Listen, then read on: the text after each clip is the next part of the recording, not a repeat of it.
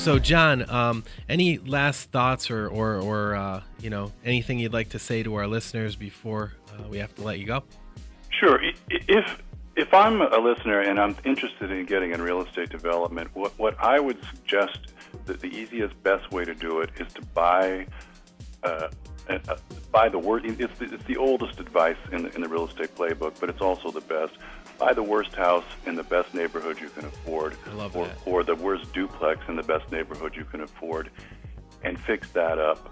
All of the challenges that you encounter fixing up a home and selling it, and all of the skills that you learn to overcome those challenges, those are the same challenges and skills that I use today in building a $20 million shopping center.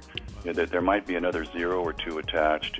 There might be more complications, but the basic skill set, and the reason I love residential, and you mentioned it earlier, Emilio, is that residential essentially has a 0 vacancy factor. There is a shortage of housing pretty much everywhere in the country, certainly everywhere where anyone wants to live. And any other real estate product type, industrial, retail, hotel, etc., they all have vacancy factors. You can do a development and try to lease it out and not. With residential, you know that at the end of the day, you're going to be able to either sell or lease that property.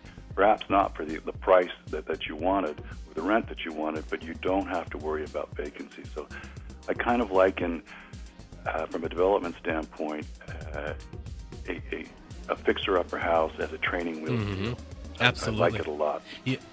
I always tell my clients, especially when they buy the biggest house and the most expensive house in the neighborhood, as we're going and buying that, I'm telling them, hey, you may want to buy the next one down, because when you go to sell your house, and it's the same thing with commercial development as well, I'm sure, your house is pulling up the rest of the market.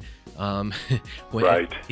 When you could actually leverage that bigger house if you own a little bit of a smaller house to pull you up. But now, John, in the past 15 minutes, I've learned more about commercial real estate and development and where the market's going than I've learned from reading, dozens of articles and whatnot. So I really appreciate that. And I do know that our listeners can go on Amazon.com or Target or pretty much anywhere, and they can find your book, Making It in Real Estate and Starting as a Developer. So I think that's a phenomenal read. I'm actually picking the book up. I can't wait to go through it.